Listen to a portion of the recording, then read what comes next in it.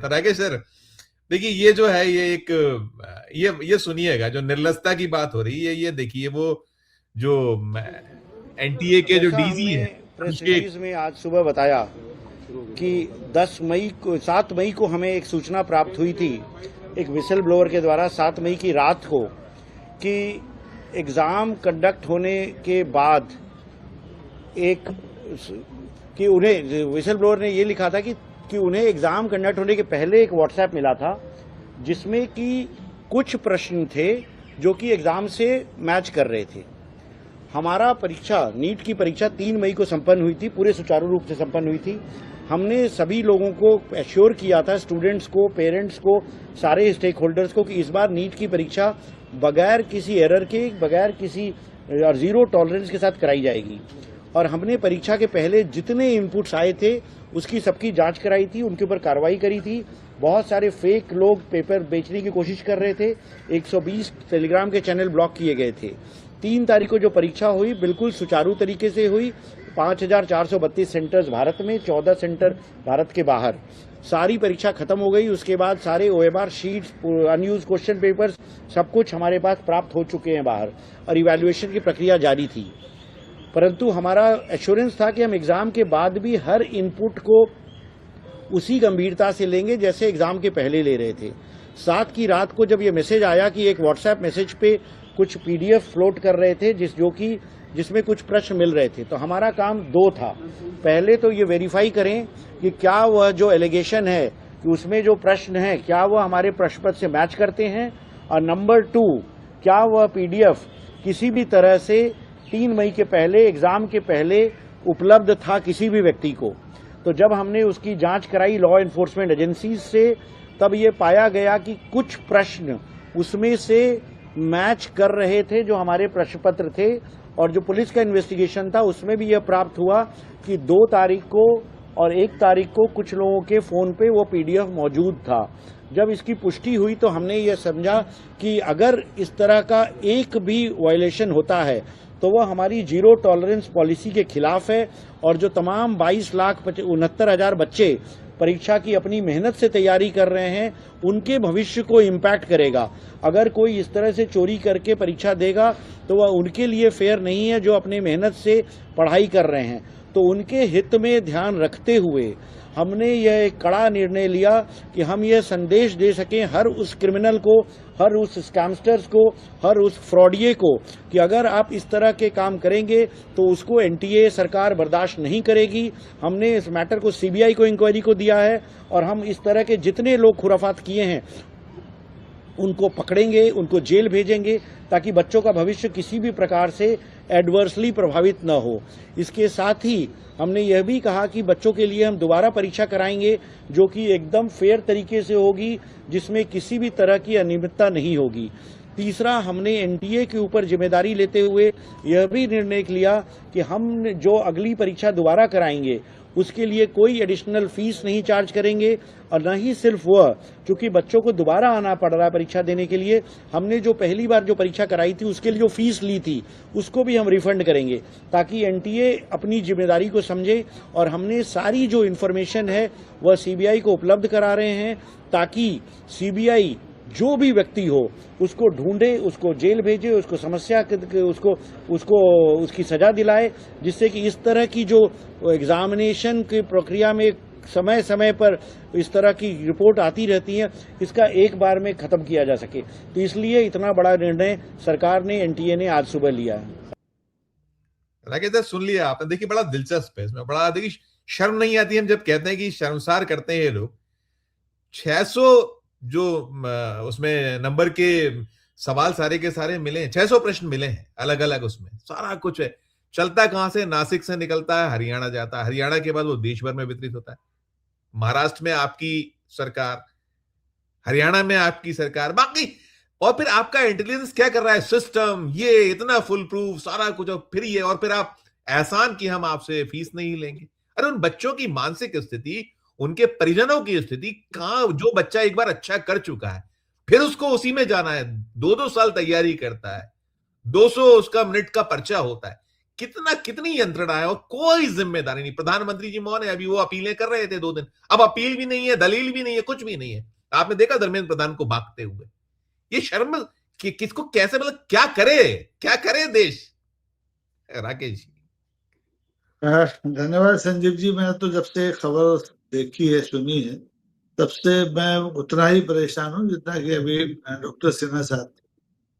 हमारे जमाने में इस तरह की परीक्षाएं नहीं होती थी। मैं भी डॉक्टर बनना चाहता था, लेकिन नहीं था उस लायक, नहीं बना। लेकिन बाद में जो बच्चों को मैं मेहनत करते हुए देखता हूँ और जो बन के आ रहे हैं, जो परीक्षा ये पास कर लेते हैं, उनको मैं बहुत खुश नसीब इसलिए मानता हूँ कि इस घटिया सिस्टम में, इस चोर सिस्टम में जैसे तैसे उनकी नाव बैतरनी पार कर जाती है। लेकिन जिस ढंग से इस बार हुआ है, सारे आंकड़े डॉक्टर सिन्हा साहब ने दिए कि कितनी बार परीक्षाएं हुई, कितनी बार लीक हुई, कितनी बार क्या हुआ, उनको दोहराने का कोई मतलब नहीं है। लेकिन ये जो सज्जन अभी बात कर रहे थे, इनके चेहरे पर जो बेशर्मी झलक रही है, वो पूरे देश की जो सरकार है और जो सिस्टम है उसको प्रतिबिंबित कर रही है। यानी हमारी कोई जिम्मेदारी नहीं है, सीबीआई जांच करे, हम अपने सिस्टम को, जीरो टॉलरेंस जिसको ये नाम दे रहे हैं, उसको दुरुस्त नहीं करेंगे। आप हर साल एक ऐसा कोई चोर दरवाजा छोड़ेंगे जिसमें से ये पेपर लीक हो और लाखों बच्चे परेशान हो। परेशान होने के साथ साथ मानसिक यंत्रणा का कोई खामियाजा इसका हो नहीं सकता। बच्चों को जो तकलीफ होती है, मानसिक तकलीफ होती है, उसका खामियाजा कोई अदालत दुनिया की नहीं दिला सकती। लेकिन संकट ये हमारे यहाँ कि हमारी सरकार मौन, हमारा जो न्याय व्यवस्था है वो मौन, हमारी सीबीआई ईबीआई, तो ये तो केवल प्रतिद्वंदी जो पार्टियां होती हैं सरकार की, उनके लिए काम करती हैं। उन्हें ये भ्रष्टाचार रोकना, ये जालसाजी रोकना, ये पेपर लीक रोकना, इससे कोई लेना देना नहीं। इसकी वजह यह है कि ये उनके लिए एक उद्योग बन गया है। उद्योग इसलिए कि आप इस समय देखिए कि हिंदुस्तान के अधिकांश, कुछ राज्यों को छोड़ दीजिए, सब में डबल इंजन की और अब तो 3 इंजन की सरकारें चल रही। तो उन्होंने एक ये नए डिपार्टमेंट खोल दिया है कि आप परीक्षा प्रश्न पत्र, जो प्रतियोगी परीक्षाएं हैं, उनके लीक कीजिए, करोड़ों बनाइए और एक तरफ हो जाइए, आपको कोई कुछ नहीं बिगाड़े। जो बिगड़ेगा वो बच्चों का बिगड़ेगा। इसमें दो दो खास बिंदु है। एक पहला बिंदु तो हो गया बच्चों की मानसिक यंत्रणा का, दूसरा देश की छवि का। आप ये 5,000 से ज्यादा केंद्र देश में बना के रखे हैं, 14 केंद्र आपने विदेशों में बना के रखे हैं। वहां आपकी जो जो सिस्टम है उसकी क्या छवि बनती है दुनिया में, उसकी चिंता इस सरकार को नहीं।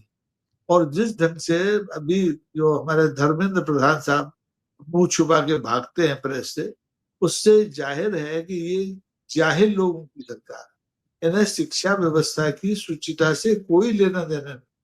और जाके पाँव न फटी बीमारी सो का जाने पीर पर आई। इनके बच्चे हैं ही नहीं, शादियां नहीं की हैं, रण छोड़ हैं, घर छोड़ हैं। तो इन्हें बच्चों को होने वाली मानसिक यंत्रणा का अंदाजा ही नहीं है। इसलिए ये कुछ करना नहीं चाहते। इनके लिए ये जो आप 3 दिन से देख रहे हैं कि सोना मत खरीदो, पेट्रोल मत खरीदो, घर में बैठ के काम करो और सैर सपाटे पे मत जाओ, ये इनकी प्राथमिकता है।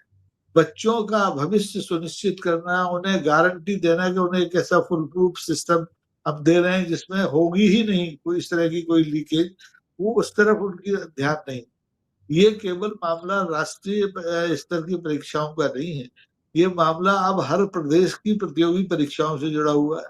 तो यहाँ तक कि पटवारी, सिपाही, इनकी जो प्रतियोगी परीक्षाएं अब होने लगी, कर्मचारी आयोग जगह जगह बने हुए हैं अलग अलग राज्यों में, वहां ये धंधा चल रहा है।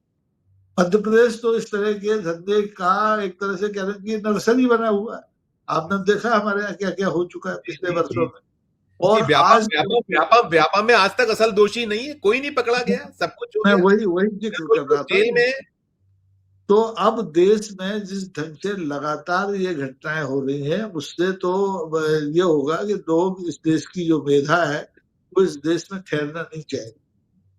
वो जब यहाँ कोई गारंटी नहीं है, कोई सुनिश्चित नहीं है उसका भविष्य, तो फिर वो बाहर जाएगा। और बाहर जाएगा तो आप कहोगे विदेशी मुद्रा भंडार पे हमारे पे असर पड़ रहा है, आप विदेश पढ़ने भी मत जाओ, घूमने भी मत जाओ, यहीं पढ़े हो यहीं मरो। तो ऐसी स्थिति में आप देखें कि अब सिर्फ एक ही विकल्प बचा है। मुझे तो न्याय व्यवस्था से भी अब एक तरह से भरोसा उठ गया। भाई हमारे न्यायालय जिस ढंग से बिलेश और मेरा तुम्हारा वाला काम कर रहे हैं, उनका चश्मे का नंबर सबका एक हो गया है, तो वो इस मामले में संजीदा होंगे या उनका अंतर आत्मा कहीं से जागेगी कि वो मतलब जो चोर है उनको पकड़ना तो आसान चीज है, कितने लीक किया पकड़ लोगे आप, लेकिन जो सिस्टम आपने बनाया उसके लिए जो जिम्मेदार है उनको क्या सजा है। अब राजनाथ सिंह 2014 में कह चुके, ठीक कह चुके, उन्होंने आज तक उनकी सरकार जब से सत्ता में तब और उससे पहले जो प्रदेशों में उनकी सरकारें बनी वहां किसने इस्तीफे दे दिए, कोई नहीं देता। कारण ये उनका नैतिकता से, उनका संस्कार से, उनका जो सामाजिक दायित्व है उससे कोई लेना देना है ही नहीं।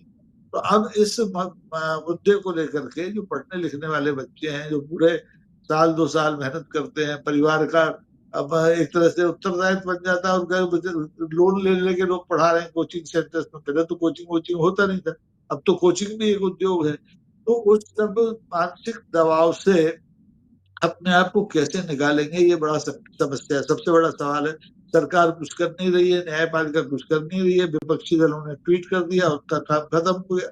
अब जनता कहाँ जाए, बच्चे कहाँ जाए, अभिभावक कहाँ जाए। अभिभावक उनके सामने दो ही विकल्प है, जैसा कि अभी सिन्हा साहब ने कहा कि बाद में एक चिट्ठी आती है कि साहब एक दुखद खबर लेके, और या फिर अभिभावक आत्महत्या करे, उनको न्याय कहीं से नहीं मिलने वाला है। ऐसी सूरत में एक ही तरीका है कि आप या तो आप इस तरह की परीक्षाओं को हटा ही दो और प्राइवेटाइजेशन पूरा ही कर दो, सरकारी कॉलेज वॉलेज सब बंद करो, भाई कह रहे इसकी जरूरत नहीं है, जिसको जहां मिले अपना भर्ती करो, पैसा अगर जेब में है तो चले जाओ, बन जाओ डॉक्टर, बन जाओ इंजीनियर, बन जाओ, नहीं तो अपना पकड़ ले चलो। और या फिर नैतिकता का अगर एक लेस मात्र भी आपके भीतर जिंदा है, तत्काल से अपने शिक्षा मंत्री है, जो मानव संसाधन मंत्री है, उससे इस्तीफा लो। वो देगा नहीं, उससे आप इस्तीफा मांगिए और उसको उसका प्राथमिक एक्यूज बनाइए कि आपकी वजह से सिस्टम फेल हो रहा है, और एक बार नहीं हो रहा है, बार बार हो रहा है। तो अंततः जब तक आप इसमें कोई इस तरह का सख्त कदम नहीं उठाएंगे, तब तक ना सिस्टम सुधरने वाला है, ना लीकेज बंद होने वाले हैं, और न इस तरह से बच्चों को मानसिक यंत्रणा जो साल दर साल झेलने पड़ रही है उससे निजात मिलने वाली है। तो ये सही मौका है कि अब इस बार बच्चे और अभिभावक दोनों मिलके अपने अपने जगह इस सिस्टम से के लिए जो नैतिक रूप से जिम्मेदार है उनको घेरे, मैं तो कहता हूँ उन्हें मारे, और व्यक्तिगत तौर पर एक एक FIR डाले, 22 लाख FIR जानी चाहिए पूरे देश से, तब जाके कहीं कोई बात बनेगी। अन्यथा फिर आप देखेंगे परीक्षा दोबारा होगी, अब फीस नहीं लेंगे, आप करो तैयारी, हो गया फेल करो। तो बहुत दुखद है। और सबसे बड़ी बात है कि इसमें इसका राजनीतिक रूप से कोई वो प्रतिरोध हो रहा है, बच्चे भुगत रहे हैं, अभिभावक भुगत रहे हैं, बात खत्म हो रही। राजनीतिक दल ट्वीट करके शांत बैठे हैं, उनकी प्राथमिकताओं में ये मुद्दा राष्ट्रीय मुद्दा नहीं। नहीं बिल्कुल नहीं, राकेश सर आप कह रहे हैं, मैं